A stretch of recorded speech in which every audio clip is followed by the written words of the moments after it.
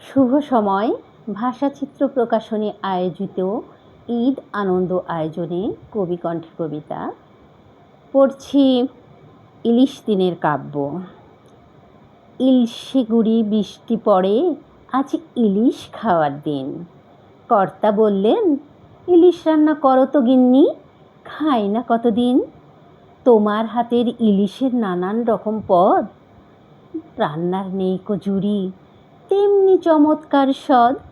বুঝলে কি না, ইলিশ হলো মাছের রাজা, ইলিশ খেতে ভালোবাসি, ভীষণ মজা।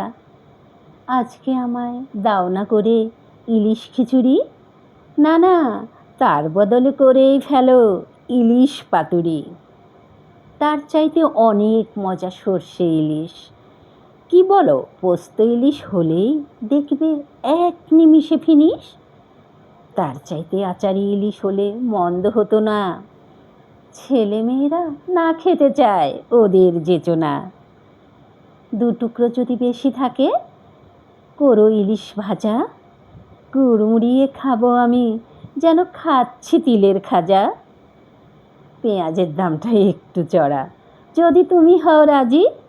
তাছাড়া তুমি করতে পারো ইলিশ দো পেঁয়াজি। আর একদিন তুমি করে দিও একটু ইলিশ পোলাও, দাম কমলে আরও কিনবো, আজকে এভাবেই চালাও। সময় পেলে করে দেখো লেজার মাথার ভর্তা, ঠিক আছে ঠিক আছে, সময় মতো সবই পাবে কর্তা। বাদল দিনে যে খায়নি ইলিশ মাছের ভাপা, খেলেই বুঝবে সে ভাপা ইলিশ পায়নি বলে তোমার উপর খ্যাপা। বাদ যাবে কেন কচু ইলিশ, চাল কুমড়ো ইলিশ, লতি দিয়ে ইলিশ, খেতে যদি ইচ্ছে করে তোদের মাকে বলিস।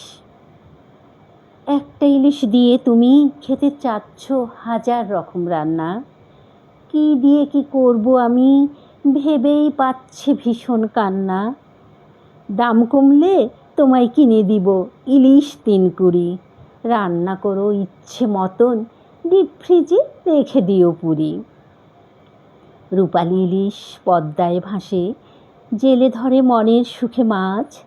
বাজার থেকে একটা ইলিশ এনে কর্তা ফেলেন দীর্ঘশ্বাস। ইলিশ মাছ আর খাবো না গো, ইলিশে বড্ড বেশি কাঁটা।